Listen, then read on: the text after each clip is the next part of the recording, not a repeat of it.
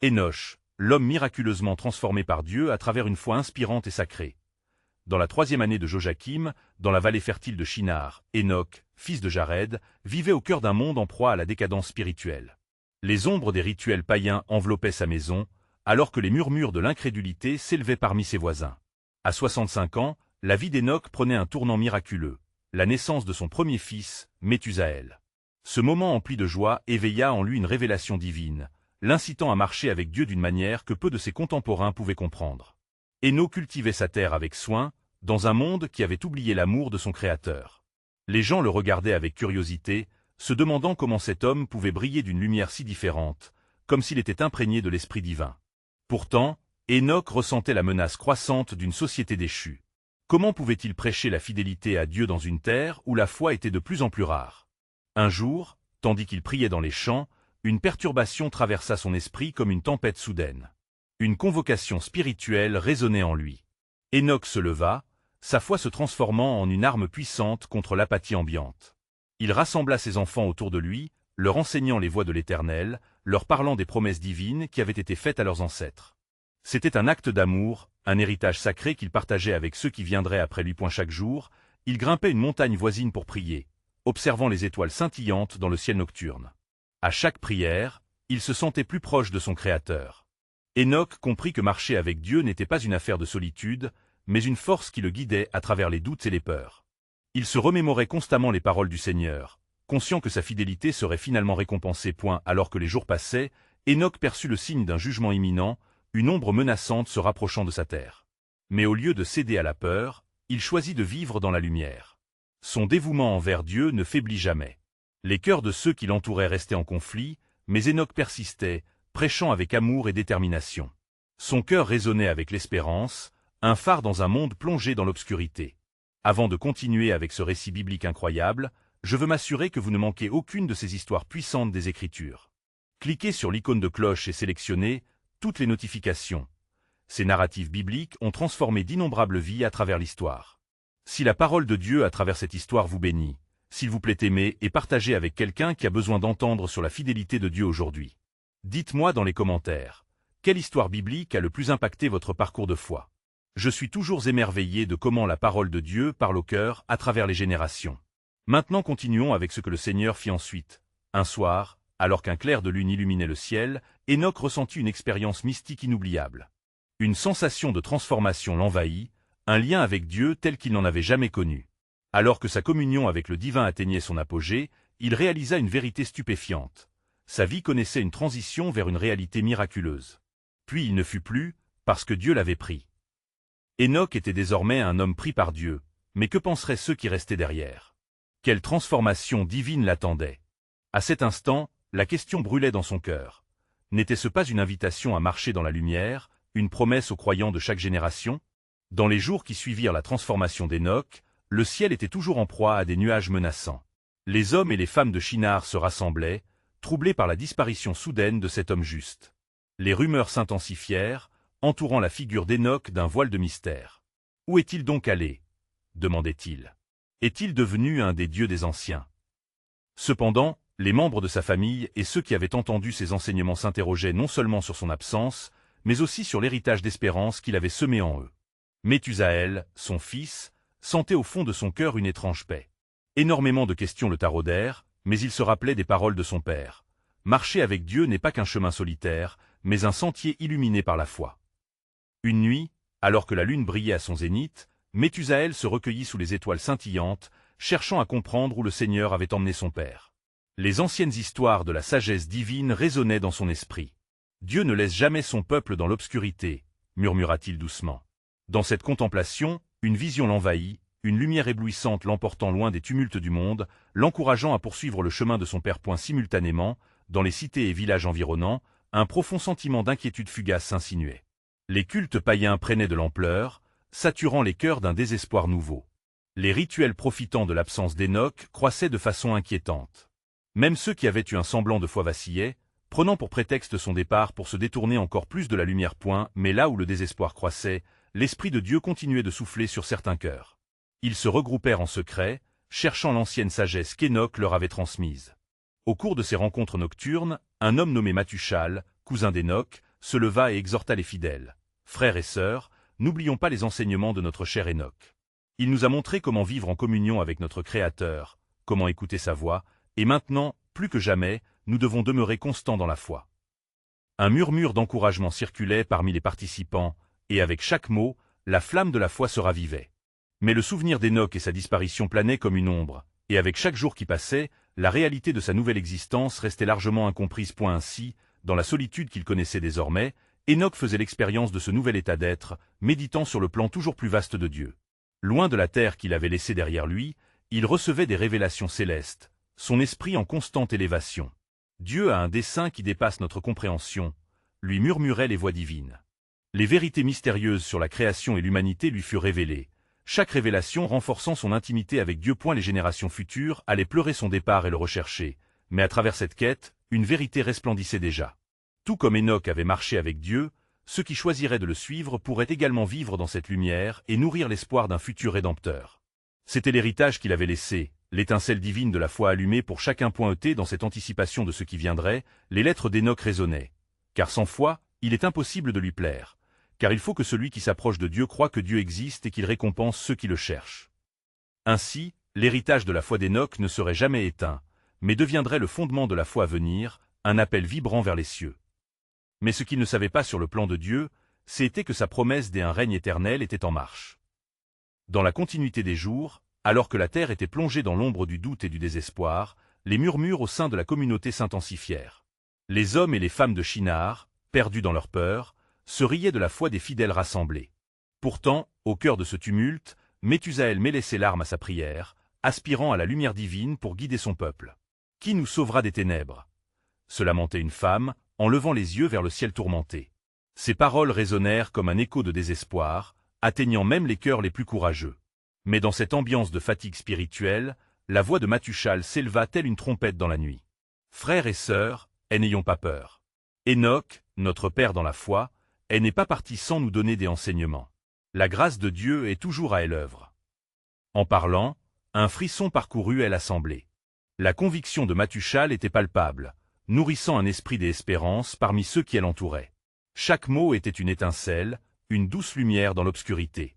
Nous devons nous rassembler, former des liens forts dans la prière, et chercher la face de Dieu. Lui seul peut nous redresser en cette heure des incertitudes. À chaque rencontre, à chaque prière fervente, les fidèles commençaient à ressentir un renouvellement d'esprit. Les jours passèrent, et un petit groupe s'établit sous l'ombre des arbres, chantant des hymnes d'adoration. L'absence d'Enoch, loin de les abattre complètement, les poussait à rechercher une connexion plus profonde avec Dieu. C'est au cours de ces heures de supplication qu'une vision émergea. Deux cieux se croisèrent, et une lumière descendit, touchant le cœur de Méthusaël. « Regarde » murmura une voix douce. « Regarde les promesses de Dieu. Les cieux sont ouverts, et ses desseins se déploient. » Étonné, il envisagea des révélations de gloire devant lui. Des figures saintes l'entouraient, semblant témoigner d'une communion éternelle avec le Créateur. L'un d'eux avançait, la lumière éclairant son visage, et quand il parla, la sagesse l'inspirait. « Lève-toi, et rejoins le chemin de la justice. L'héritage d'Enoch vivant en toi se développera en toute sa splendeur. » Alors qu'il sortait de cette expérience, Méthusaël comprit que son père n'avait pas disparu dans le néant, mais qu'il se tenait dans la présence même de Dieu. Il est là, regardant, encourageant, réalisa-t-il. Je dois être un instrument de vérité pour ceux qui doutent. Réuni avec ses compagnons de prière, il partagea ce que Dieu lui avait révélé. Mes amis, le règne de notre Seigneur est à nos portes. Restons fidèles à la lumière, et notre foi nous sauverait des griffes de la mort. Mais la nuit la plus sombre s'annonçait. Les rituels païens, attirant les âmes faibles, se multipliaient dans l'obscurité. Comme un orage grondant, des forces maléfiques se rassemblaient contre ceux qui marchaient sur le chemin de la lumière.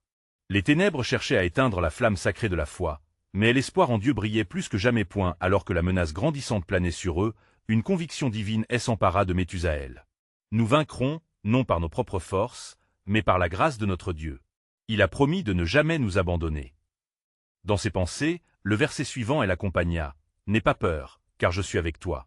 Ne sois pas découragé, car je suis ton Dieu. » C'était de la révérence qu'il reçut à l'assurance que, quoi qu'il advienne, le plan de Dieu perdurerait.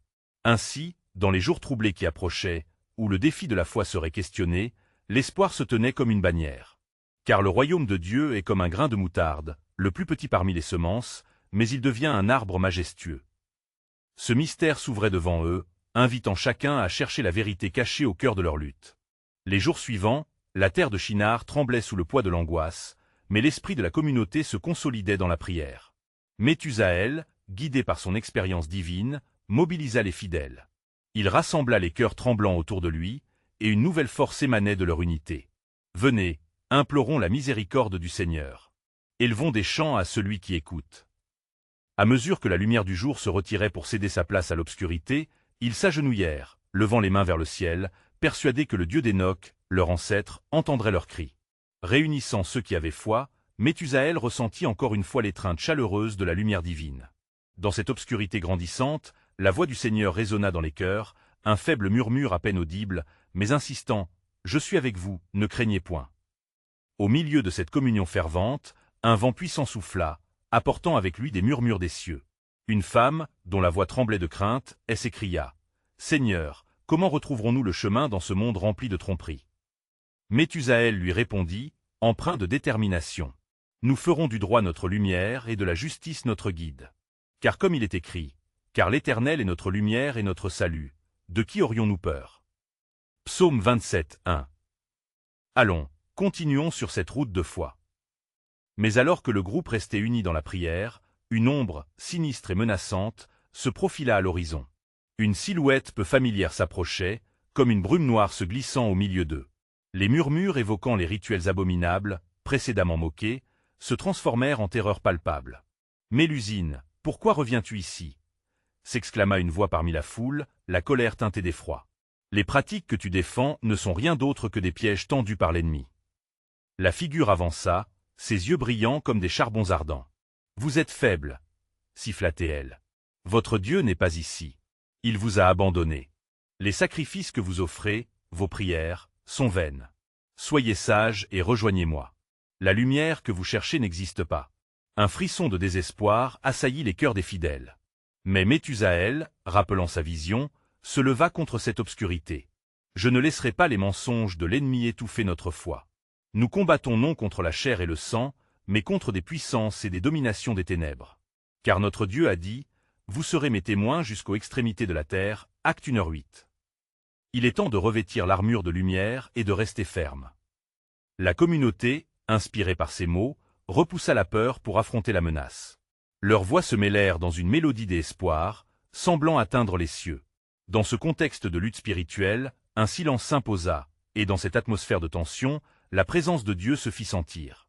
Soudain, un éclair de lumière illumina l'espace devant eux, et une déclaration tremblante émergea des cieux. « N'ayez crainte, car je suis le Dieu qui vous délivre. Laissez-moi vous montrer le chemin, et j'accomplirai mon alliance avec vous. » Avec ces paroles, un murmure de bravoure parcourut la foule. Chacun ressentait l'étreinte de Dieu, son amour inébranlable les enveloppant. « Car je connais les pensées que j'ai à votre égard, dit l'Éternel, pensées de paix et non de malheur, pour vous donner un avenir et de l'espérance. » Jérémie 29, 11. Alors que la peur cédait la place à l'espoir, Methusahel se tenait fort, prêt à mener son peuple dans cette nouvelle saison de foi et de promesses. « Nous marcherons dans la lumière de notre Dieu, et rien ne pourra nous arrêter. » Ainsi, à l'aube d'un combat spirituel, une vérité se révélait. Le plan divin de Dieu, mis en lumière par l'obéissance, n'était que le commencement d'une œuvre prodigieuse à venir. Alors que la lumière du jour se levait sur Shinar, une nouvelle aura s'emparait des cœurs du peuple. Methusahel, conscient de l'importance de chaque moment, rassembla une nouvelle fois les fidèles, déterminé à établir une fondation des espérances et de vérité. « Mes frères et sœurs, » commença-t-il, une lumière d'inspiration dans les yeux, « la nuit a ses ombres, mais nous sommes appelés à être des porteurs de lumière. La parole de notre Dieu ne retourne jamais à lui sans avoir accompli ce pourquoi elle a été envoyée. » Avec un revigorant « Amen » résonnant du fond des rangs, la communauté s'éveilla à une conviction renouvelée. Les murmures d'angoisse se transformèrent en chants et adorations, alors qu'ils se préparaient au service du Seigneur. « En ce jour, » déclara Methusahel, « nous allons prier pour que nos yeux s'ouvrent et que notre cœur soit purifié. » Les fidèles s'acquittèrent de leurs promesses. Ils s'agenouillèrent une fois de plus, les mains levées, implorant Dieu d'éclairer leur chemin et de préserver leur identité face aux récentes menaces. Mais alors, le vent de l'esprit souffla de manière plus intense, et une voix, douce mais ferme, s'éleva dans leur sein.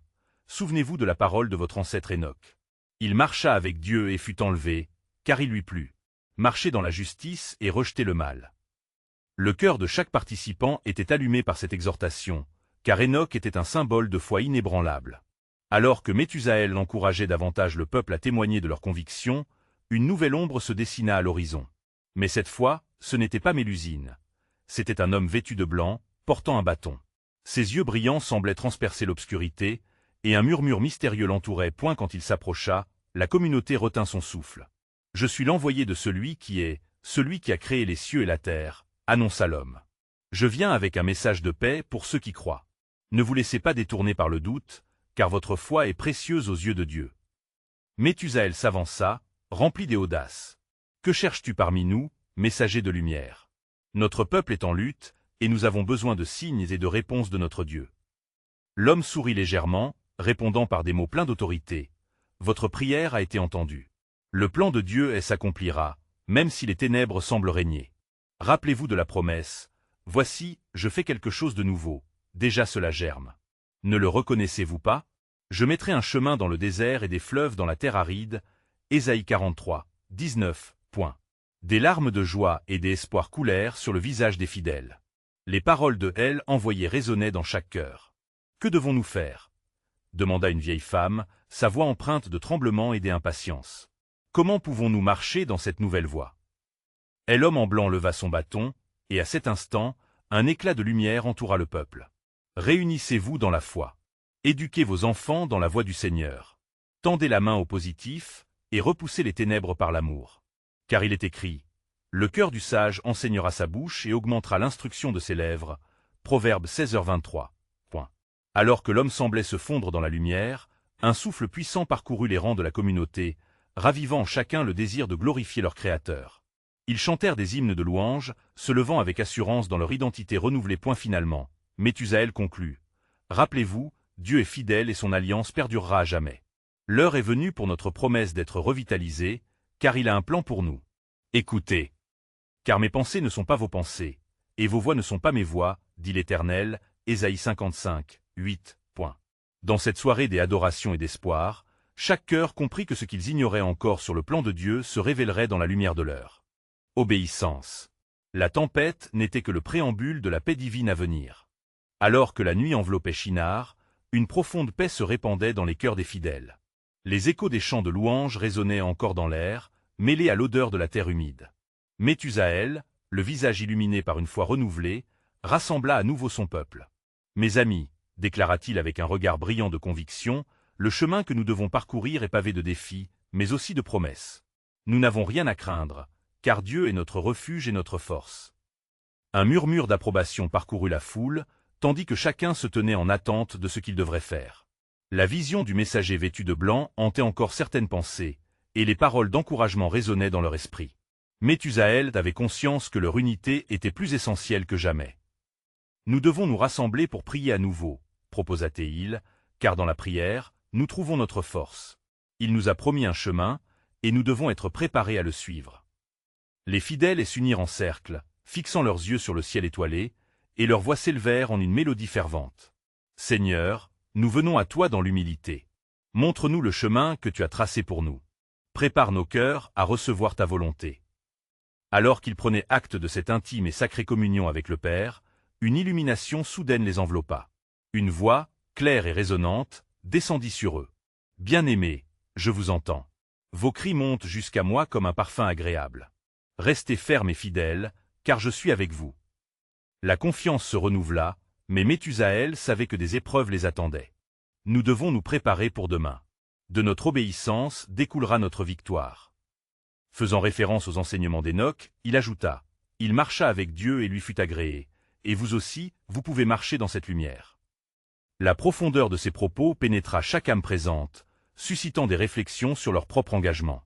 Qui parmi nous est prêt à être un témoin de la vérité divine? Qui osera se lever et défier les ombres qui nous entourent?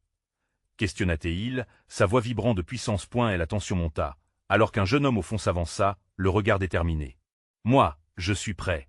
Mon cœur veut témoigner de la grandeur de Dieu au monde entier. » Sa déclaration déclencha un cri de joie et d'approbation dans le rassemblement. « Voilà l'esprit qui nous doit animer » s'exclama Méthusaël. Chaque pas que nous ferons en avant sera un témoignage que les ténèbres ne peuvent éclipser notre lumière. Le souffle divin semblait danser autour d'eux. Un vent frais se leva, et les âmes se sentirent encouragées.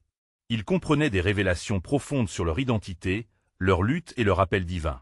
La nuit se transforma en un moment sacré de communion et rayonnait d'une lumière céleste. Et la prière et l'engagement du peuple éveillèrent une réponse céleste. Une vision des paragons de foi émergea dans l'esprit de Méthusaël. « Voyez, murmura-t-il avec une conviction profonde, comme Enoch, nous pouvons montrer au monde que marcher avec Dieu est une vie de transformation. Écrivons notre histoire de lumière. » Les cœurs se levaient avec engagement, un désir ardent de réaliser cette promesse. Alors que les chants de louanges recommençaient à jaillir, une ombre silencieuse se glissa à travers les cœurs, rappelant à chacun que cette route serait semée d'embûches, mais que la victoire nous attendait pointée dans le lointain, se profilaient déjà ce qui seraient les promesses de l'avenir.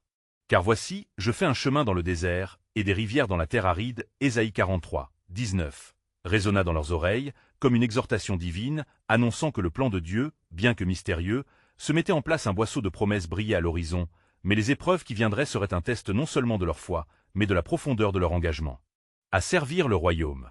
Que chacun soit prêt, car un grand mouvement de Dieu se préparait, inconnu aux yeux du monde, mais réservé pour ceux qui croyaient.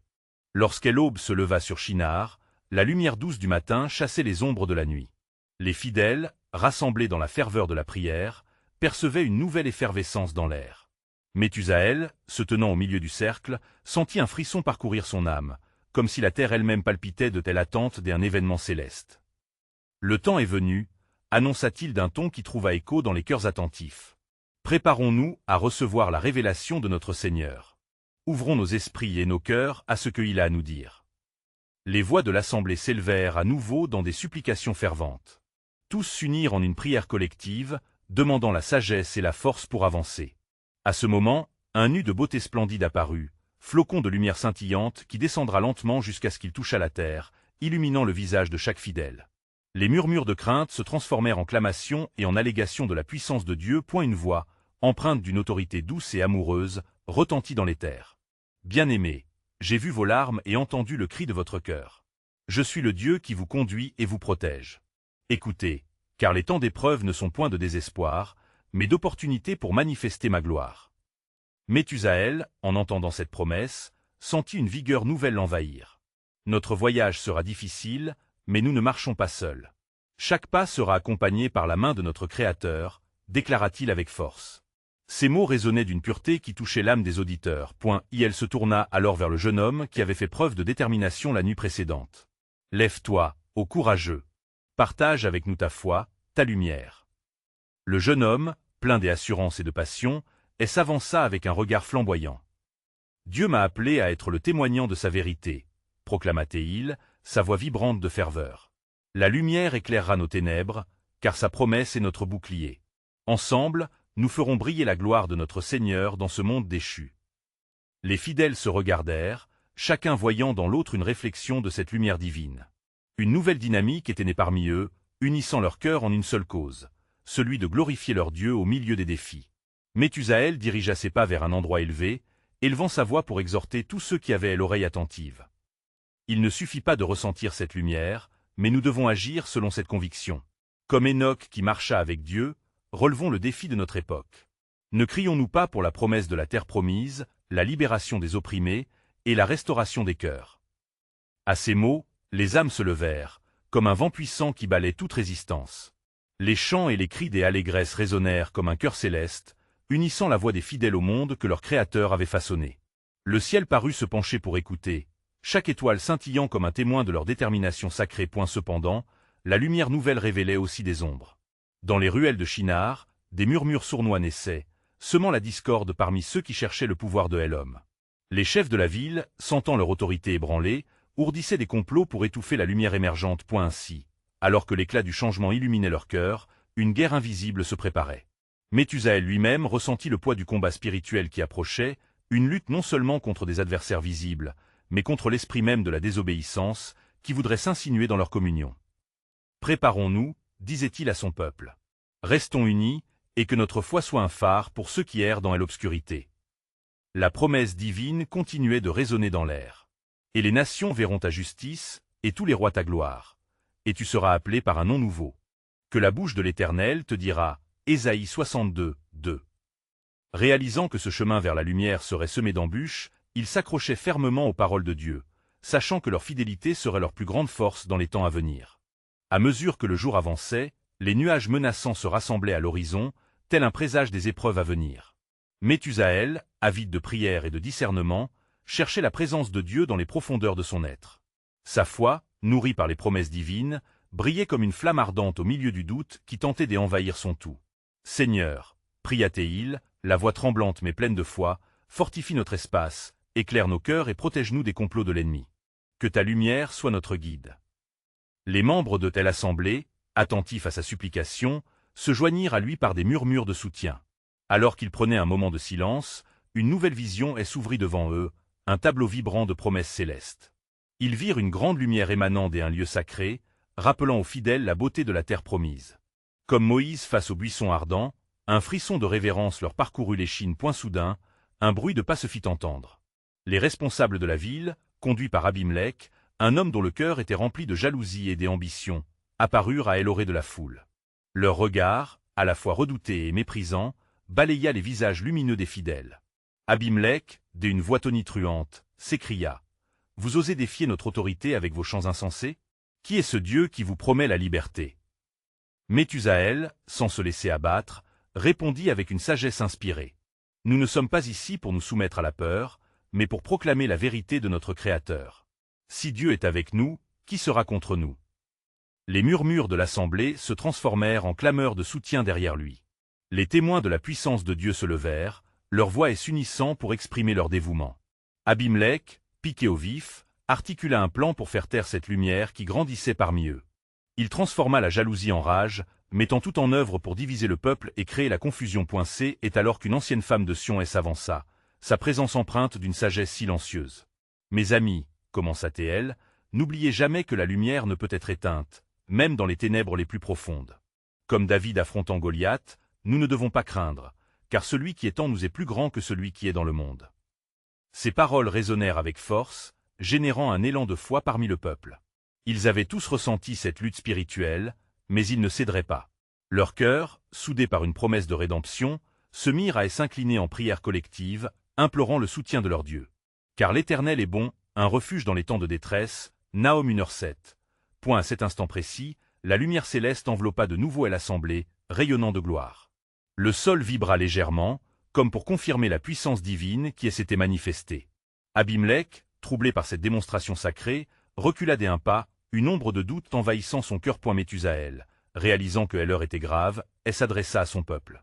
Sous le poids des querelles humaines, elle n'oubliait pas que notre bataille n'est pas contre la chair et le sang, mais contre les puissances des ténèbres.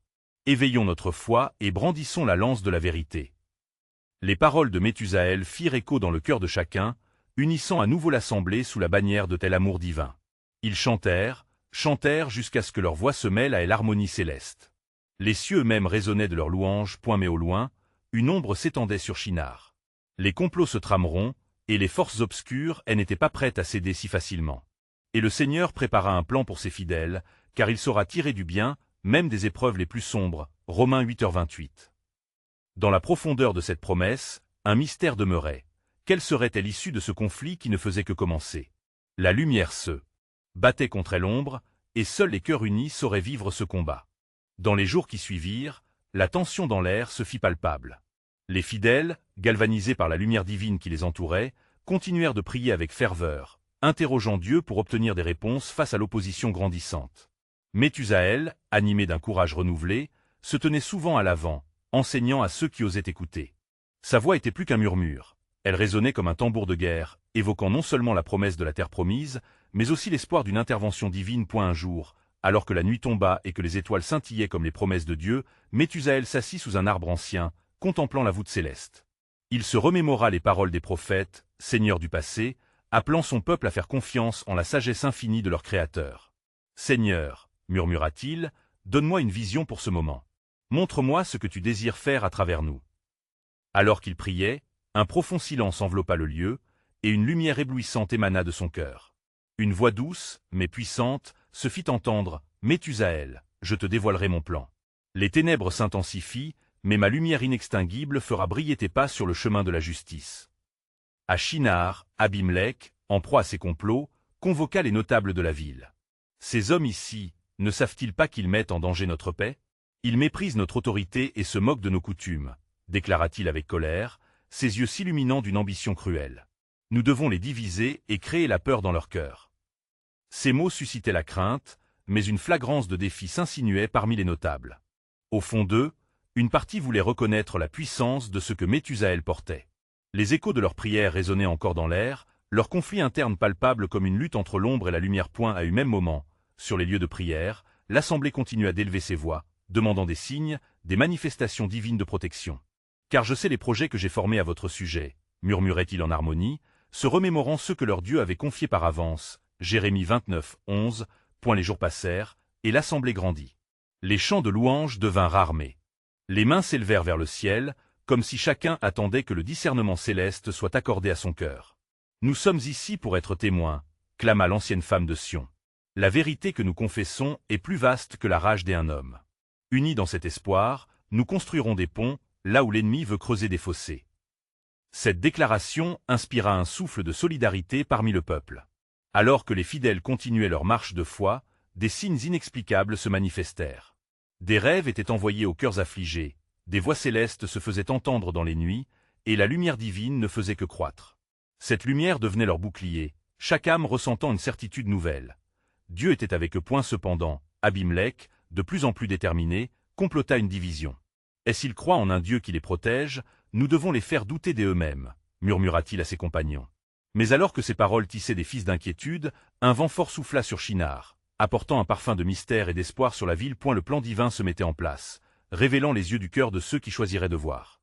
Et un jour viendra où chaque genou fléchira, et chaque langue confessera que Jésus est Seigneur, pour la gloire de Dieu le Père. Philippiens 2, 10-11.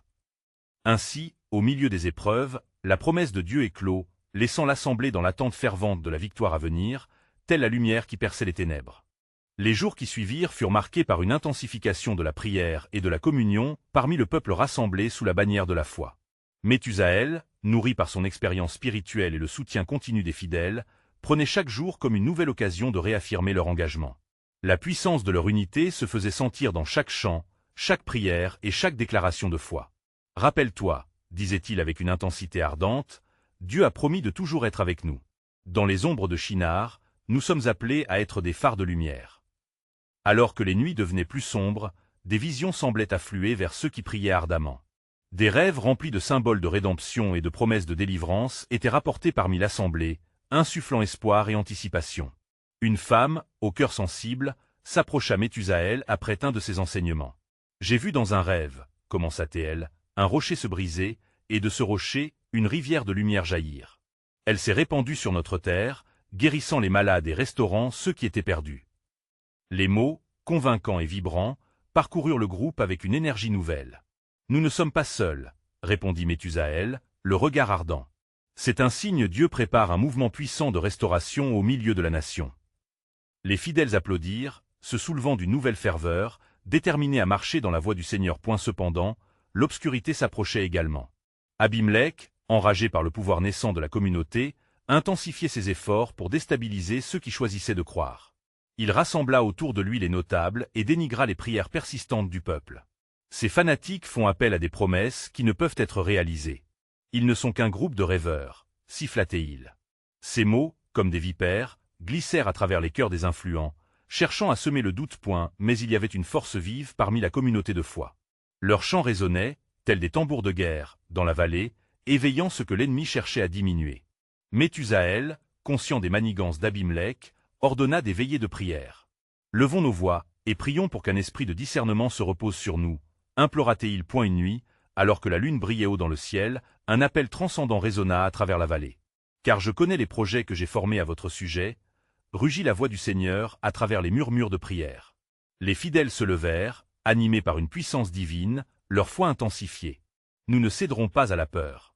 Notre Dieu est notre refuge et nos forces. » Ce soir-là, en pleine communion spirituelle, Méthusaël reçut une autre vision. Lui apparut une route, serpentant à travers des paysages marqués par la souffrance, mais illuminés par une forte lumière au bout. Il comprit alors que leur prochain pas demandait non seulement de la foi, mais aussi de l'action. Les ténèbres de Shinar devaient être confrontées avec courage. Nous devons aller à la rencontre des autres. Partager les promesses de Dieu est notre mission. Ne craignons pas, car comme Enoch, notre marche doit être avec lui. Lança-t-il avec passion. L'assemblée, galvanisée par ces mots, s'éleva comme un seul corps, promettant de porter les paroles de lumière dans chaque coin de Shinar. Alors qu'ils sortaient pour partager l'espoir, des signes éclatants accompagnaient leur chemin. Les cœurs, qui jadis étaient durs comme la pierre, commençaient à s'ouvrir à l'appel divin. Des familles venirent y entendre l'histoire d'un Dieu qui ne délaisse pas son peuple, tandis que le bruit d'un nouveau chant de foi emplissait les rues. L'enthousiasme se répandait, et des centaines commencèrent à les rejoindre dans cet élan de lumière. Mais Abimelech, observant cette marée de changement, se mit en quête de moyens pour renverser leur élan. Il fomenta des alliés parmi ceux qui, dans l'ombre, se détournaient de la vérité.